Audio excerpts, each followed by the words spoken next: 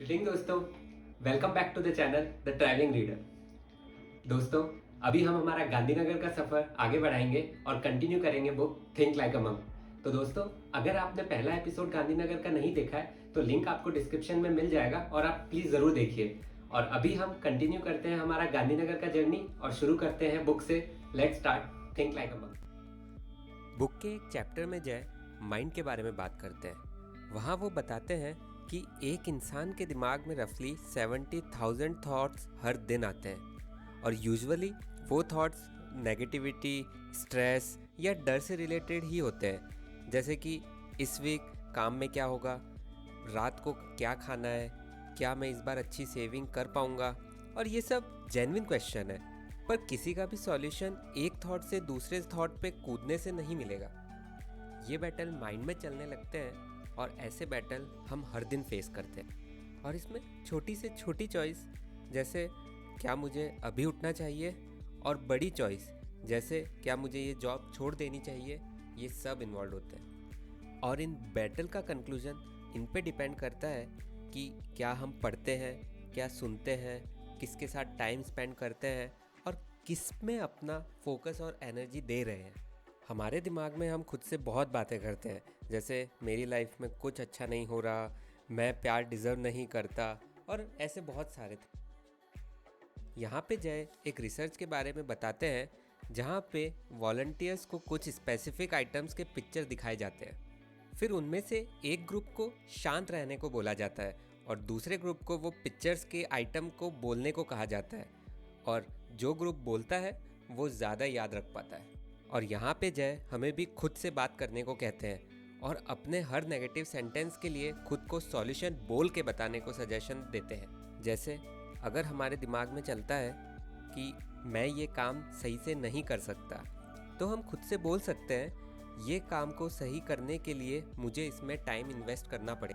और या फिर अगर दिमाग में चलता है मैं सब कुछ हैंडल नहीं कर सकता, तो यहाँ हम खुद को सॉल्यूशन बोल के दे सकते हैं कि मुझे प्रायोरिटाइज करना पड़ेगा जो मेरे लिए इम्पॉर्टेंट है उसको। फिर जय बहुत इम्पॉर्टेंट बात कहते हैं कि हमें खुद को भी वो प्यार और रिस्पेक्ट देना चाहिए जो हम दूसरों को देना चाहते हैं या उनसे एक्सपेक्ट करते हैं। और हमें अपने माइंड को अपना अच्छा दोस्त बनाना पड़ेगा और उसके लिए हमें हर दिन अपने थॉट्स की सफाई पे काम करते रहना होगा।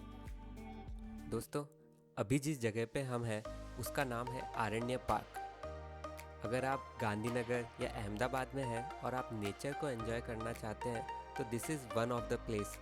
और सही बात तो ये है कि बहुत लोगों को इस जगह के बारे में पता भी नहीं। यहाँ पे एक बहुत ही सुंदर बटरफ्लाई पार्क है और जब मैं वहाँ पे गया था वहाँ पे इतनी ज़्यादा बटरफ्लाइज थी नहीं क्योंकि वो सीज़न नहीं था, बट स्टिल वहाँ पे आई एंजॉयड नेचर।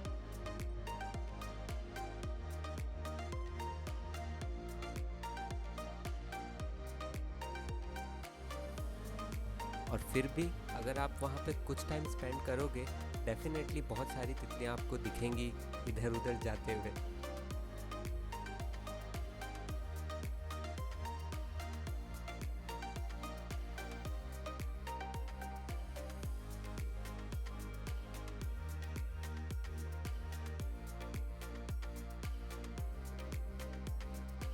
कुछ डिफरेंट बटरफ्लाइज यहाँ पे थी, डिफरेंट कलर्स, डिफरेंट साइज़ की।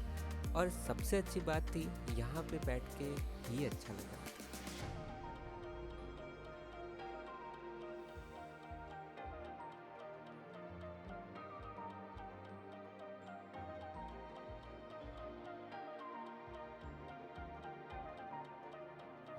और अरण्या पार्क की एंट्री फीस वैसे थी सिर्फ 20 रुपये।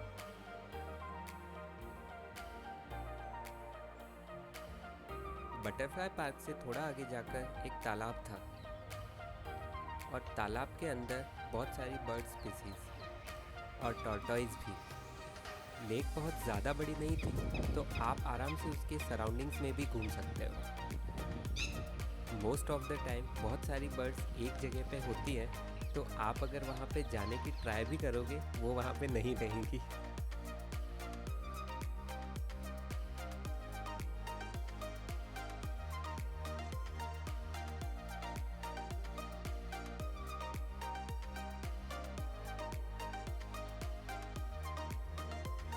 ओवरऑल यहाँ का एक्सपीरियंस बहुत अच्छा था, क्योंकि अहमदाबाद गांधीनगर के सराउंडिंग में नेचर एंजॉय करने के लिए आपको बहुत सारी जगह नहीं मिलेंगी, और उनमें से एक ये है। और यहाँ का बेस्ट पार्ट ये है कि इट इज़ पीसफुल, क्योंकि बहुत सारे लोग यहाँ पे नहीं आते।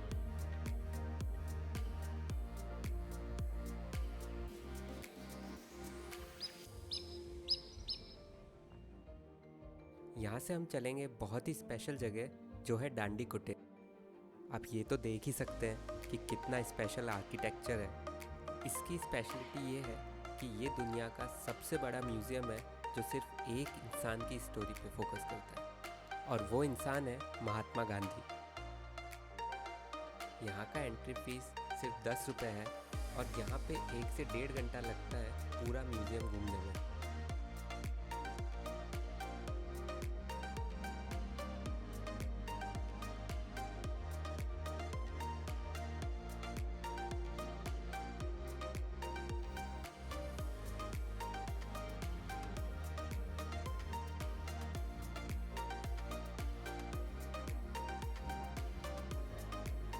और यहाँ पे सिर्फ चीज़ें ही नहीं है या स्टोरी ही नहीं है, यहाँ पे अलग अलग टेक्नोलॉजी को यूज़ करके स्टोरीज बताई जाती है।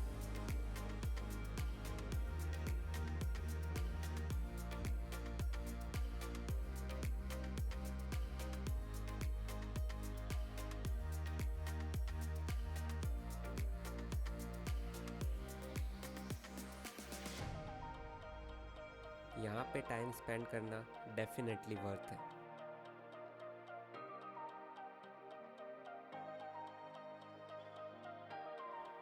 और वो टाइम सिर्फ म्यूज़ियम के अंदर ही नहीं, बाहर भी, क्योंकि इसके सामने है महात्मा मंदिर और इसके पीछे है रेलवे स्टेशन, जो कि मेरे ख्याल से सबसे एडवांस रेलवे स्टेशन है अभी तक का।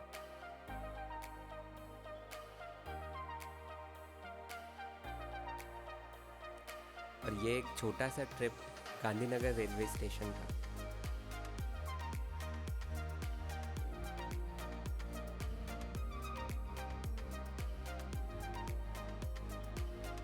यहाँ पे तो देख के ही लगता है कि गांधीनगर रेलवे स्टेशन तो स्पेशल ही है।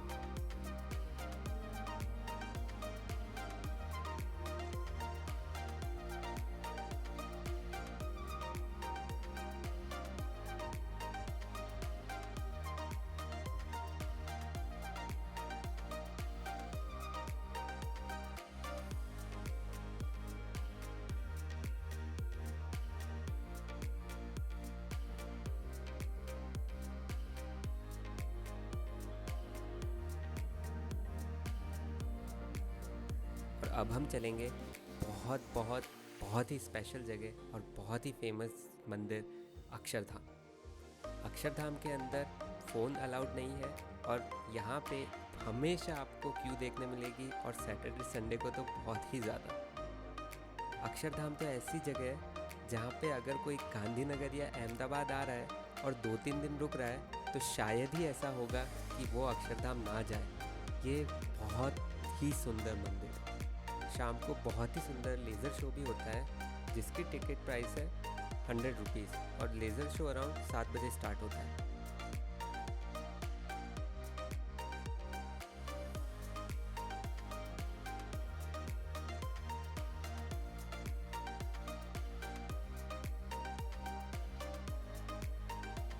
गांधीनगर में कुछ और भी जगह हैं, लाइक अडालजनी वाव, त्रिमंदिर, और इन जगह की बात मैंने Ahmedabad the world heritage city वाले एपिसोड में भी की है, तो आप उस वीडियो को भी ज़रूर देखें।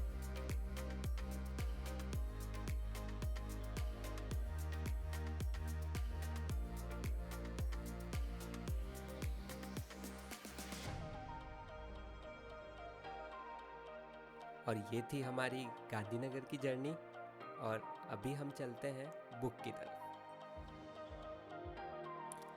बुक के एक चैप्टर में जय ईगो के बारे में बात करते हैं। यहाँ पे वो कहते हैं, हम हमेशा खुद को स्मार्टेस्ट प्रेजेंट करने में अपना ट्रू नेचर छुपा देते हैं। हमारी खुद की इनसिक्योरिटीज़ हमको ये कन्विंस करवा देती है कि हम स्पेशल हैं, ज़्यादा कॉन्फिडेंट हैं और नॉलेजेबल हैं, चाहे ये सच ना भी हो। अगर लोग हमसे किसी भी तरीके से कम होते हैं तो तो हमें लगने लगता है हम में कुछ स्पेशल है, और यहाँ हमारा ईगो दूसरों से कंपेयर करने लगता है और फिर हम दूसरों को जज भी करने लगते हैं।